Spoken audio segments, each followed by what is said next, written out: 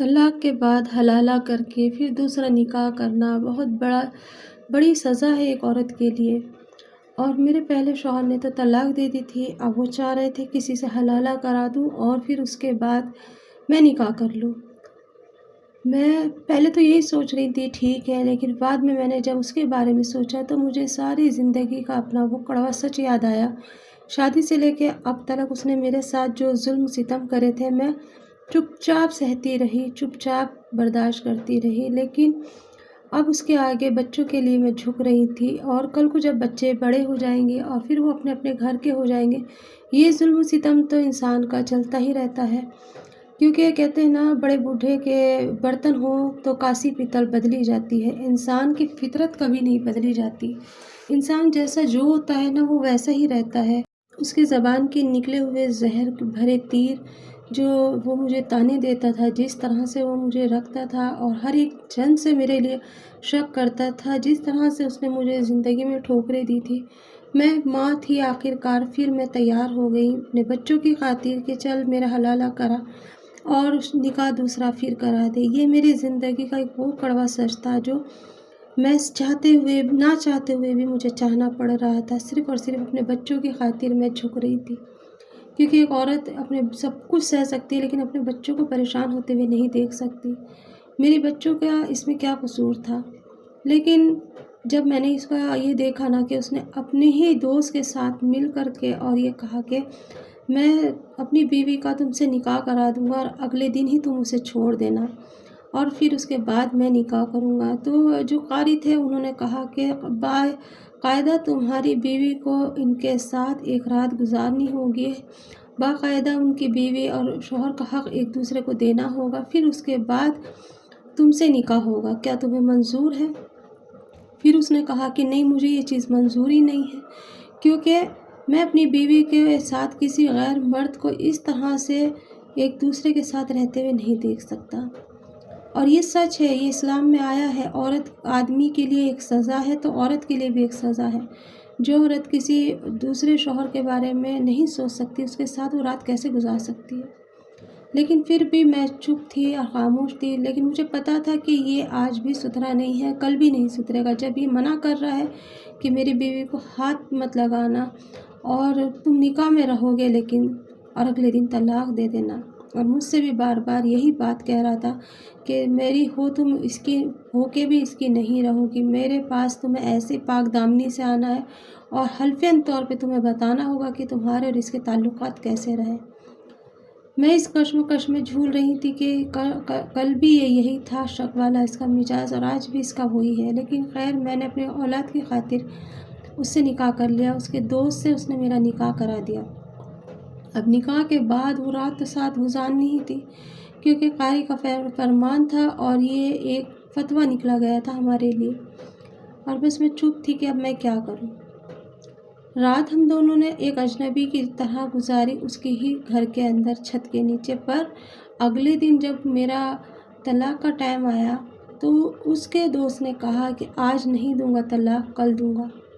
بس اس کے بعد وہ سمجھ گیا کہ ہمارے تعلقات بنے اور میں اس کے ساتھ رات گزار چکی ہوں۔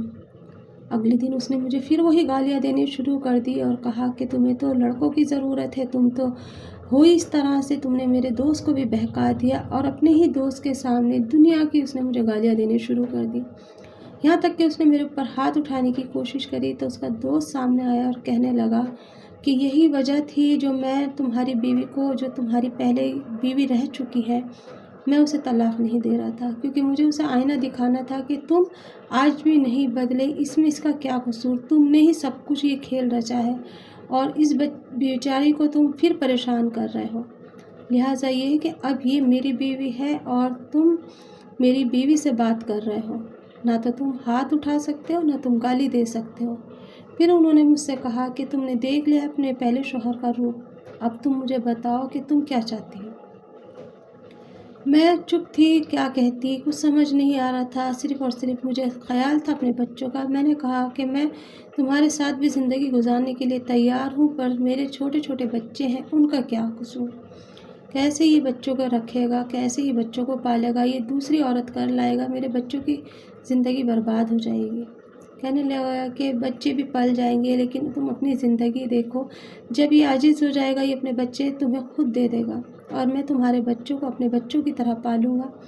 میں اس گھر میں جایا کرتا تھا، میں نے دیکھا تھا تمہارے اوپر ظلم و ستم ہوتے ہوئے، اور میں نے ہی اس کو رائے دی تھی کہ تم اپنی بیوی کو واپس لے آؤ اور اس کا حق حلالہ کرا دو، کیونکہ میں تمہیں پریشان ہوتے ہوئے نہیں دیکھ پا رہا تھا۔ زندگی میں ایک شخص نے پھر سے ایسی انٹری کی تھی کہ جو مجھے ہلا دیا تھا۔ ایک وہ آدمی تھا جو رات اور دن مجھے گالیاں دیتا تھا، تو دوسرا وہ تھا جو مجھے سہارا دے رہا تھا۔ لیکن میں کیا کرتی، ماں ہونے کی وجہ سے میں پریشان تھی، میں مچل رہی تھی کہ کسی طرح سے یہ مجھے چھوڑ دے اور وہ مجھ سے نکاح پھر سے کر لے اور میں اپنے بچوں کے پاس چلی جاؤں، کیونکہ چھوٹے چھوٹے میرے بچے تھے دونوں ہی۔ خیر، وقت گزرتا چلا گیا، 1 مہینہ ایسی ہی کشمکش میں گزر گیا۔ نہ اس نے مجھے کبھی ہاتھ لگایا، نہ میں اس کے پاس گئی۔ ہم 2 جن ایک چھت کے نیچے اجنبی بن کے رہتے تھے۔ مجھے ہر وقت اپنے بچوں کی فکر لگی رہتی تھی۔ کبھی کبھی بچے میرے پاس آ جاتے تو میں پوچھتی تھی کیا بنایا تھا، کیا کھایا تھا، تو وہ یہی کہتے تھے کہ پاپا بہت گالی دیتے ہیں، بہت ڈانٹتے ہیں اور آپ کو تو بہت گالی دیتے ہیں۔ اس نے اپنے دوست سے بات کرنی بند کر دی تھی، آنا جانا تو دور کی بات تھی، بالکل اس کا ہمارا رابطہ ختم ہو چکا تھا۔ اور اس طرح سے میرا اس آدمی سے تو پیچھا چھوٹ گیا تھا، لیکن میرے بچے اس کے پاس تھے۔ 6 مہینے ایسے ہی گزر گئے ہمارے کشمکش میں کہ کیا ہوگا کیا نہیں۔ اب اس نے صاف کہہ دیا تھا کہ میں کسی بھی حال میں اس عورت کو اپنے گھر میں نہیں رکھوں گا، کیونکہ یہ میرے دوست کے ساتھ 6 مہینوں کی راتیں گزار چکی ہے، جس پہ میں کسی غیر مرد کی پرچھائی بھی نہیں جانے دیتا تھا۔ میں آج اس عورت کو کیسے قبول کر لوں؟ اور اس طرح سے اس نے مجھے تو چھوڑ دیا تھا، لیکن ایک دن اس کے دل میں پتہ نہیں کیا آیا اور اس نے لا کر کے وہ بچے میرے پاس دیے اور کہا کہ یہ بچے بھی تم ہی رکھ لو، کیونکہ یہ بچے بھی تمہاری جیسے ہیں۔ میں کتنا ہی کھلا دوں، اچھے سے کر دوں، لیکن یہ تمہیں یاد کرتے ہیں۔ اس سے بہتر یہ ہے کہ بچے بھی تمہارے ہوئے، اگر تمہارا شوہر انہیں رکھنا چاہتا ہے تو ٹھیک ہے، ورنہ میں اناتھ آشرم چھوڑ آؤں گا۔ وہ آدمی کسی کا بھی نہیں تھا، نہ وہ اپنی ماں کا ہوا، نہ اپنے باپ کا، نہ وہ میرا ہوا، نہ بچوں کا۔ میں تو تھی بچوں کی بھوکی۔ میں نے اپنے اس شوہر سے کہا جس نے میرے سر پہ چادر ڈالی تھی کہ میں اپنے بچے رکھنا چاہتی ہوں، تمہاری کیا مرضی ہے؟ اس شخص نے کہا کہ میں نے پہلے بھی تم سے کہا تھا اگر یہ بچے دے دے گا تو تمہارے بچے میرے سر آنکھوں پر، اور میں خوش ہوں، اور آج سے ہم اپنی نئی زندگی کی نئی شروعات کریں گے۔ میں نے آج تک تم سے اپنا حق نہیں لیا، لیکن آج کے بعد تم میری بیوی ہو اور یہ میرے بچے ہیں۔ اس دن سے میری زندگی میں بہار آئی۔ اوپر والے نے ایک بار کانٹے قسمت میں لکھے تھے، اس بار پھول ہی پھول میری جھولی میں بھر دیے۔ وہ ہر چھوٹی چیز کا، بڑی چیز کا میرے خیال رکھتا اور مجھے پھولوں سے زیادہ ہلکا رکھتا اور میرے بچوں کو اپنے بچے سمجھ کے پالتا۔ آتے جاتے وہ جب بھی ہمیں ملتا، میرا پہلا شوہر اتنی گندی گندی گالیاں دیتا اور الٹی سیدھی باتیں کہتا، کیونکہ اس کے اندر ایک آگ سی بھری ہوئی تھی اور اس کی ضلالت اسے زندہ نہیں رہنے دے رہی تھی، کیونکہ اسی محلے میں میں تھی اور اسی محلے میں وہ بھی تھا، ایک ہی محلے میں ہم اکٹھے رہتے تھے۔ میرے ہسبینڈ نے کئی بار اس کو سمجھانے کی کوشش کی، لیکن وہ سمجھنے کو تیار نہیں تھا اور کہتا تھا کہ تو غدار دوست نکلا، تو نے میری بیوی کے ساتھ تیرا پہلے سے ہی چکر تھا اور تو نے یہ سارا کھیل تو نہیں رچا تھا۔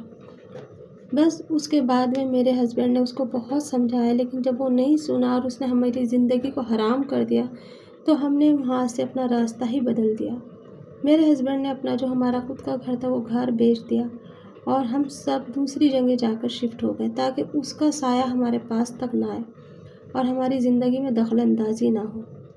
ایک انسان ایسا بھی تھا اور دوسرا ایسے بھی تھا۔ اس کے نکاح کے بعد میرا 2 بیٹے اور ہوئے اور میری فیملی کمپلیٹ ہو گئی۔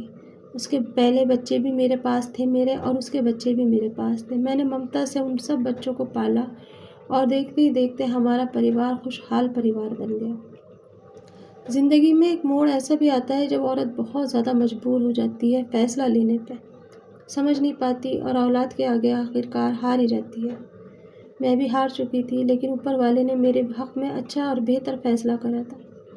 آدمی طلاق دینے کے لیے دے دیتا ہے، لیکن بعد میں اسی سے حلالہ کرا کے نکاح کرنا کہاں کی انصاف ہے۔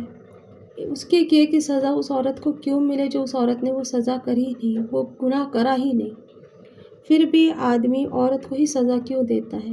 یہ تھی میری کہانی۔ آج میں اپنی زندگی میں اپنے بچوں کے ساتھ بہت زیادہ خوش ہوں۔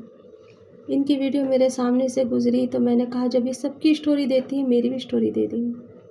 آپ کو میری سٹوری کیسی لگی ضرور بتائیے، اور کیا میں نے اپنی زندگی کا صحیح فیصلہ لیا تھا؟ اس جلاد سے چھوٹ کر کے میں آج اپنی زندگی میں اپنے بچوں کے ساتھ بہت خوش ہوں۔ جتنا عزت میں نے کھوئی تھی اس سے زیادہ عزت میں نے پا لی ہے۔ چلیے پھر ملیں گے، اللہ حافظ۔